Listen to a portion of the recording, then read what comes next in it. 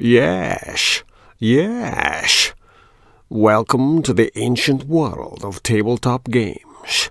I am Agamemnon from the historical documentary Time Bandits.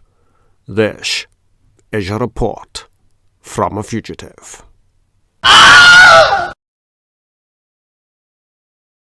This may be a familiar tale. You write or buy an adventure for a role-playing game. Everyone is keen on playing it, but it falls flat with many boulders in the road and dead donkeys behind you, on a short, desperate trail that started nowhere, travelled nowhere, and ended nowhere.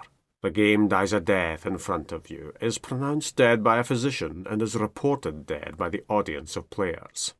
How do you avoid this awkward gaming non-event? Start with the adventure and call it what it is. That loose script with maps, a timetable, a calendar, a list of personalities, screeds of statistics, that is a menu for a game. A menu. Players pick and choose again from this rough guide. The adventure isn't a Shakespearean text, brought down from Mount Stratford-upon-Avon, writ large upon tablets granite engraved, weighing heavy with import. Mount Stratford is a famous large hill built entirely out of tourists queuing to take in the full theatrical experience, which includes queuing itself, and that is a Shakespearean fact. An adventure is a menu. The players come along, see your obvious list of cakes, and dash into the role-playing kitchen to gather ingredients for steak and chips. Playing the adventure is the act of cooking it.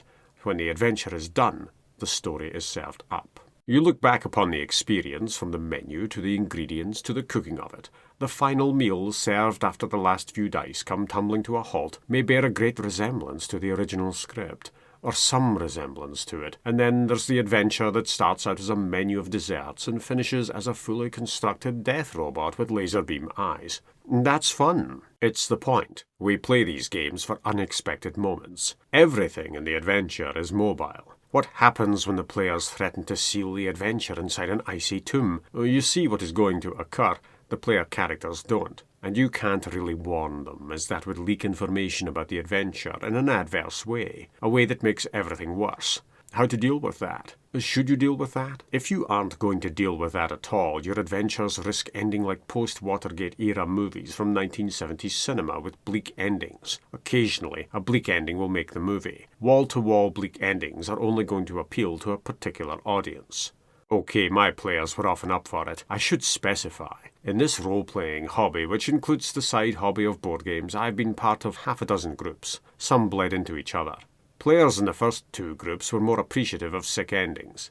The later groups still appreciated the bleakness of a storyline, but didn't want to drink from that poisoned well, beyond their natural tolerance, week in and week out. A vital feature of gaming is also the problem here, the unexpected. If you go into the adventure thinking the script is all, then you'll soon come up against many minor problems. I won't get into fine detail here, but I am speaking from the experience of petty details stopping a game dead in its tracks if you aren't prepared to ad-lib. In one adventure, players dealt with a murder that happened just out of sight. Clearly, agents stepped in and killed a person. Who are the suspects? Anyone, hell, maybe everyone, hired these assassins to do the job. The game script offered 3 main suspects, but the storyline only held information on one suspect, the villain, surprise, surprise, and luckily, players chased down that line of inquiry. They did so even though suspect number 2 was very nasty to the players in the run-up to the killing. What if they'd gone after nasty woman instead of batshit crazy guy? Players would look into her business dealings, tail her to her lofty mansion, hide in the bushes and wait for something nasty to happen, bribe the butler to say what he saw. We'd have had some fun with it and then revealed that her sketchy midnight meeting with a man in a mask was little more than adultery, with the possibility of players facing charges of breaking and entering or being public nuisances and so on, as usual. You can do a quick runaround with material like that. We knew she was sketchy, but we were sadly disappointed to discover she wasn't killing people, just cheating on them, damn it!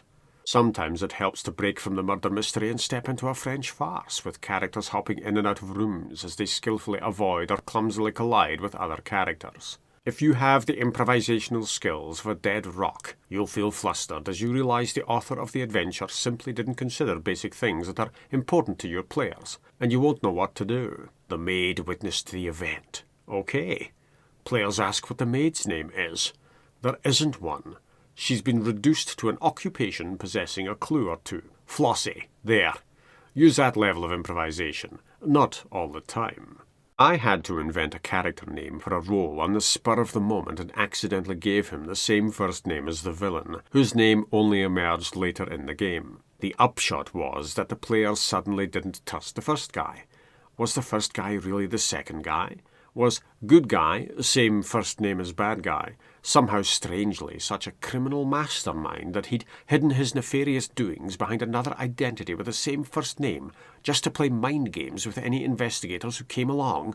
No, he wasn't. However, players then investigated this friendly colleague of theirs, so-called friendly alleged colleague and possibly former associate about to go to jail for being the villain all along. Their investigations cleared him. Remember, this wasn't a murder by a suspect. The suspect hired villains who ran away. And the draw of the adventure was that the true villain was someone in this very room.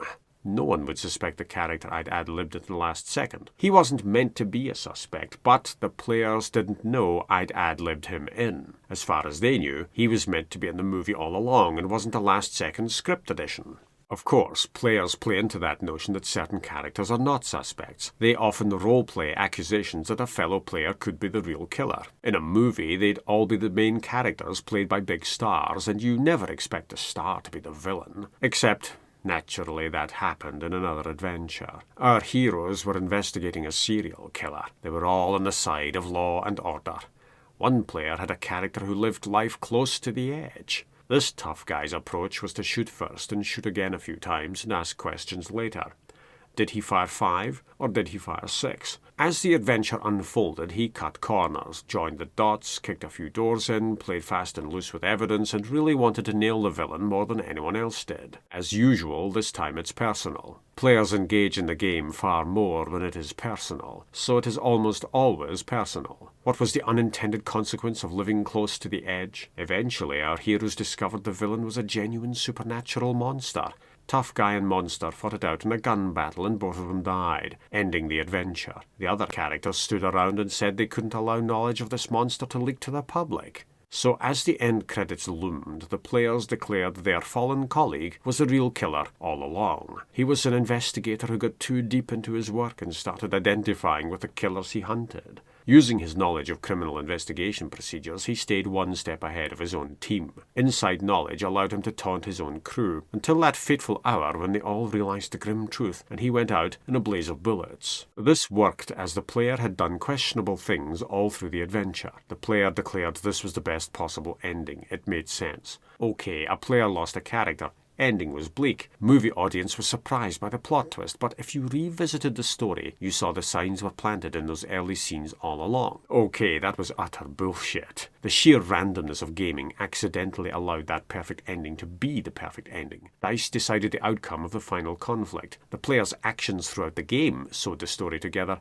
and encouraged the ending to make sense. Just to go over the point again, when you play a role-playing game, you're cooking the story, going by what's on offer on the menu, but you all go into that kitchen and throw your own twist on the cooking of the ingredients. The story emerges at the close of play. Dinner is served.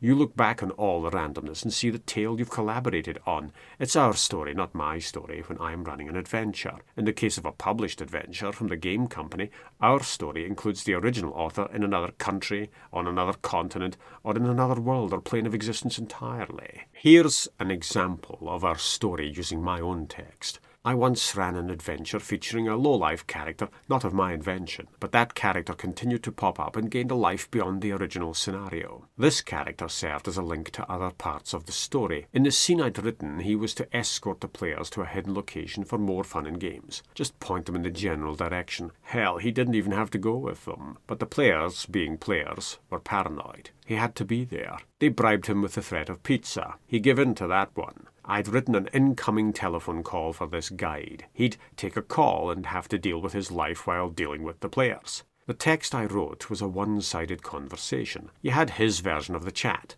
I didn't write the mystery caller's lines for this dialogue. One of the players had a character with superpowered hearing. It was used before, mostly for eavesdropping on telephone calls, so I should have seen this coming. I didn't spot it at all. The murder mystery story with 3 suspects and 1 lead. Hell, that shows you where the writing fell down. We all stumble into these defunct alleyways when scribbling adventures. My telephone text was seriously flawed up until the end. I started the phone ringing. The player asked to use superhearing to listen in. Well, damn. This called for a die roll. The player was successful. Well, damn. Again. Now I have to ad-lib the other half of the conversation. Am I up to the task? How to handle that? I could have said it's a really bad line, there's a lot of crackling, and the occasional bout of swearing pops up. In a stroke of genius, I might have ad-libbed a piece of information dropped into the chat as a clue leading to the plot. Choose your next words carefully if you go down that thorny path. But I simply looked at the end of the conversation. The solution was obvious. Without superhearing, the conversation went something like this. I have to take this call. Yeah, it's me. I'm with them. So watch what you say. Yeah. Them. With him. Must be his magnetic personality. Don't you slut-shame her. She's out of your league, pal. No, I'm in with a chance. Why? Yeah? Well, what did she say? You're just stirring shit. I'll talk to you later. And you better be there with the goods for the guy at that place. No, the other one. Other guy, same place, yeah. What the hell am I meant to add now from the caller to fill in these gaps? I've left off the important line of dialogue that set me on my course. Here's how it went. I have to take this call. Burble, burble. Yeah, burble. It's me. Burble, burble. I'm with them, so watch what you say. Burble, burble, burble. Yeah, them. Bloop, bloop, bloop. With him. Burble. Must be his magnetic personality. Burble, burble, burble, burble, burble, burble. Don't you slut-shame her. She's out of your league, pal. Burble, burble, burble. No, I'm in with a chance. Bloop, bloop. Why? Burble. Yeah? Well, what did she say? Burble, burble, burble, burble, burble, burble. You're just stirring shit. I'll talk to you later, and you better be there with the goods for the guy at that place. Burble, burble. No, the other one. Other guy, same place. Bloop, bloop. Yeah. Fucking sludge demons. My throwaway comment about the sludgy nature of the demon created an easy fix for the other half of the conversation. It was a good payoff line to a piece of nonsense I spouted, and it made the scene funnier as we went along to the inevitable finale. I'd taken the menu and presented it to the players in the kitchen, and player choice while cooking generated an ad-lib of a few extra ingredients based on what was lying around. Base your ad-lib on what went before. That may be a shaky foundation, but at least it is something to work with. We gained extra laughs out of it. This continued into the next scene as the players refused to let go of this low-life character. He had to come with them, and I kept adding dialogue for the guy as we ad-libbed our way through what was basically a rather plain transport sequence from here to there. Players piled on the atmosphere. They wanted comedy relief out of the comedy relief character, and they gained more than I initially offered. I presented the phone call. Players ran with the atmosphere, did their own thing, and we ended up at the next scene none the worse for wear.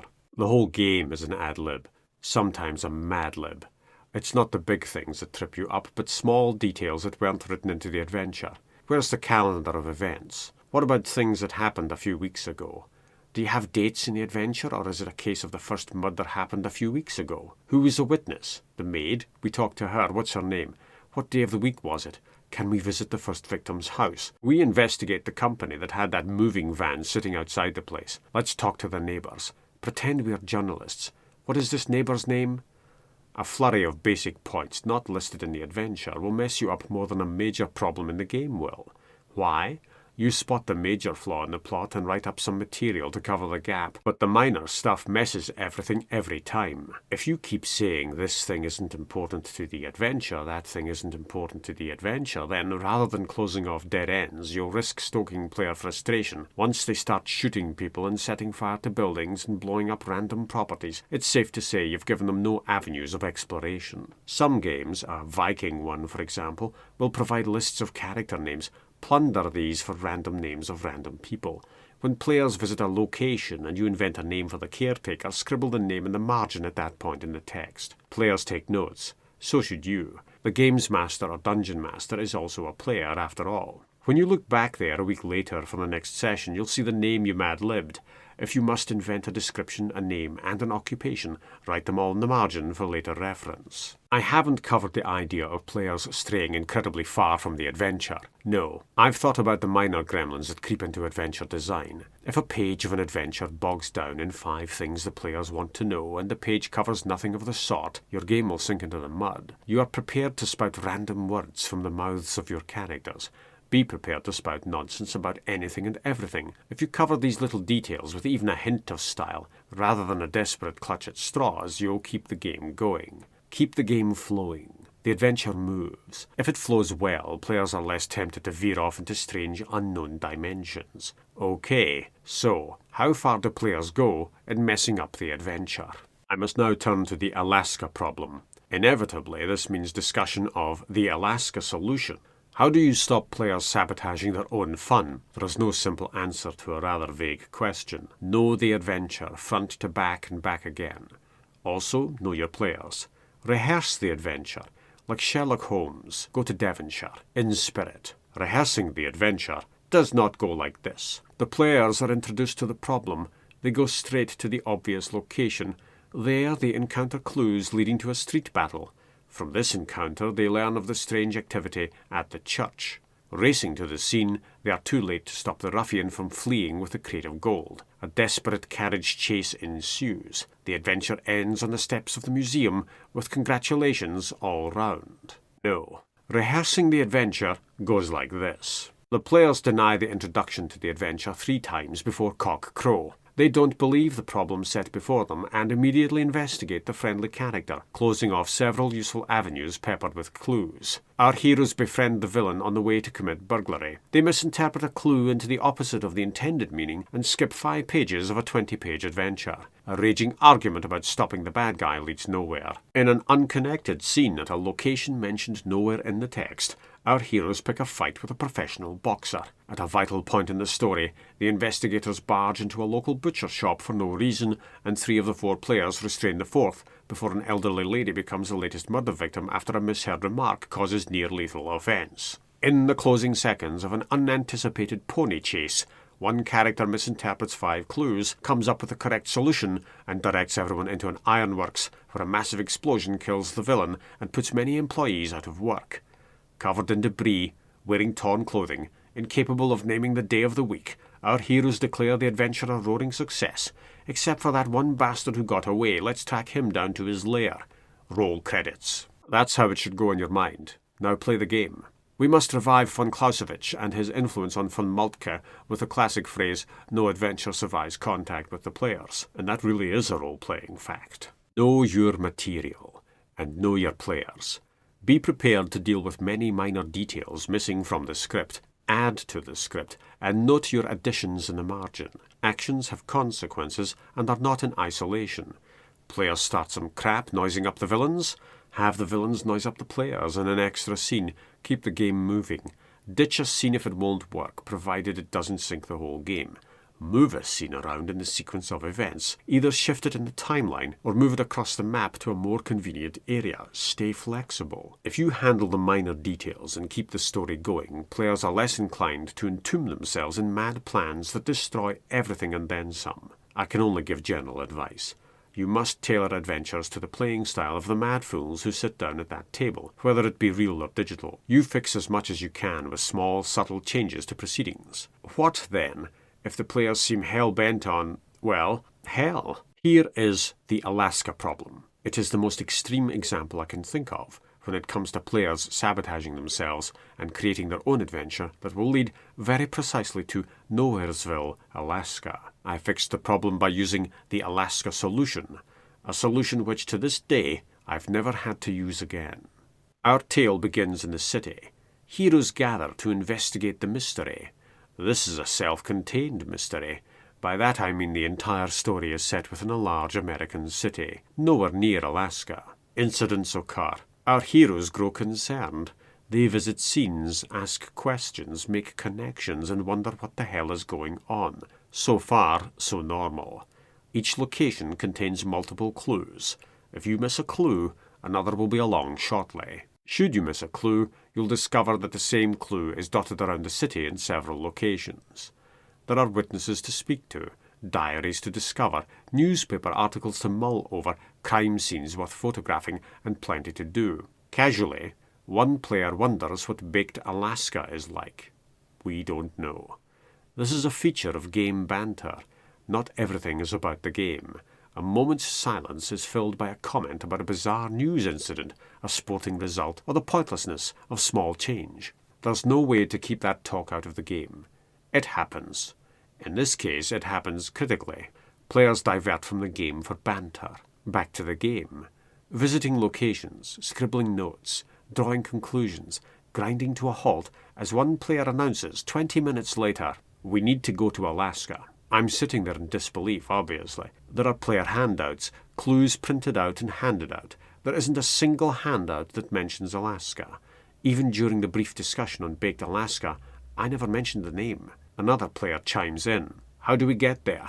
Train is going to take too long. We'll have to buy tickets for a flight." Another player chimes in. "What's the weather like at this time of year? Do we need expedition equipment for going off into the wilds? That's going to involve dogs and sleds, tents, supplies of all kinds, food, water, medicine, lights." I've got no clue what they're on about. They're going to fly to Alaska. Where in Alaska? Just Alaska generally? Is the ultimate destination Anchorage, Juneau, Nome? All points north and mush on the Iditarod Trail? They're going to fly or sail or crawl to a point in Alaska, and then what? So far, all the names found are names found in the city. Names in the city connect to other names in the city. Locations are all in the city. Visiting locations provides clues leading to other locations. Vitally, those new locations are all in the city. So, plan a journey to Alaska and then plan an expedition through Alaska to an undisclosed location. Talk to no one with the names of the people already mentioned. They are all back in the city. The players are eyebrow deep in looking at an equipment list, and they are considering all the stuff they'll need to survive in whatever weather hits them. Baked Alaska led to this. I realised the only reference in the game to Alaska came from talk that had nothing to do with the game. We're a few seconds away from players dressing up in furs and wondering if canned bear is a thing. The main word being mentioned is the place. This is now the Alaska problem. By rights, I should have villains burst in on this planning session with guns drawn and sneers snarled. But no, there is only one fix for the Alaska problem. This is the Alaska solution. I interrupt the players on their way to recite songs of a sourdough. My speech was direct. I never mentioned Alaska. All the clues in this game are limited to the city. Every reference to every location is inside the city. You've all made notes on the adventure, and if you look at them, you won't see any leads to Alaska noted down. If you read every player handout, you'll find there isn't a single reference to Alaska. The only reference to Alaska was earlier, when you wondered what Baked Alaska was like. Ask yourselves why you are suddenly going to an unknown location in Alaska to solve a mystery that is set entirely in this city. Players looked at their notes and the handouts. Oh, that's right. Then, after looking at their notes, they decided to head down the docks to break into a warehouse. We concluded the adventure successfully inside the city. Could I have ad-libbed an entire adventure leading to Alaska? That's not the right question. Should I have ad-libbed an entire adventure leading to Alaska? No. The players broke out of the adventure based on dialogue that was very clearly not part of the game. Unsubtle course correction was called for. Once. In all the games I've participated in, all the games I've run, I only had to resort to this level of bluntness at one time. You can gently nudge players here, there, hither and yon, if your adventure is about to freeze solid, melt through the floor and explode. Recently I ran an entire gaming session based on material inside my own head. I had a few hundred words as a foundation for what I had in mind. We just rolled merrily along, cooking on gas, and at the end of the night players thanked me for adding to the lore of the plot. They investigated random buildings that didn't exist 10 seconds before, and I gleefully dropped clues on the floor that made sense when they were found. We had a great game. That game, with a word count of 257, lasted all night, and forced me to write thousands of words for next time, as I really needed comprehensive notes I could refer to.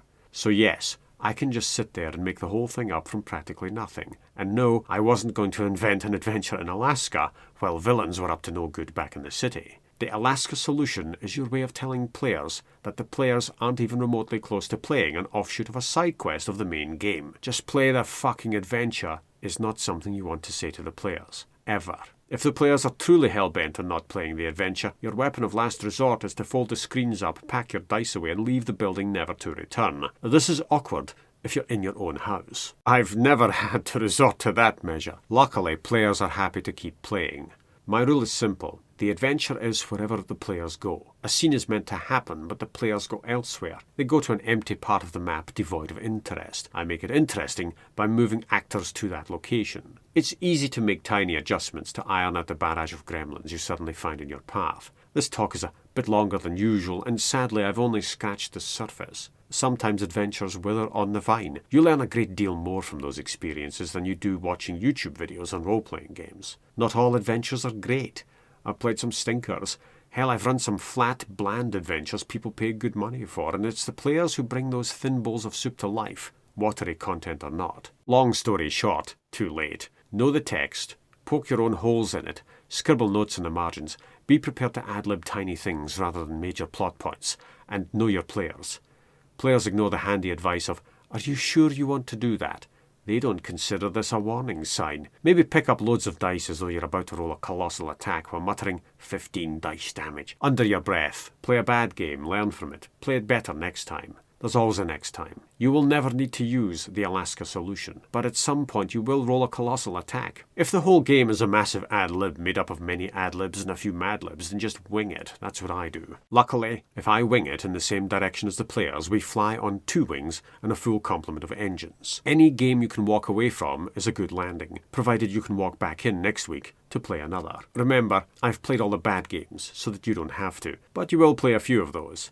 Roll your dice. Take your chances, have as much fun as you can. Don't eat baked Alaska at the table if you must do so silently without reference to the dish. And too traumatized by a role-playing incident, no, I've still not eaten baked Alaska. Or gone there, come to that.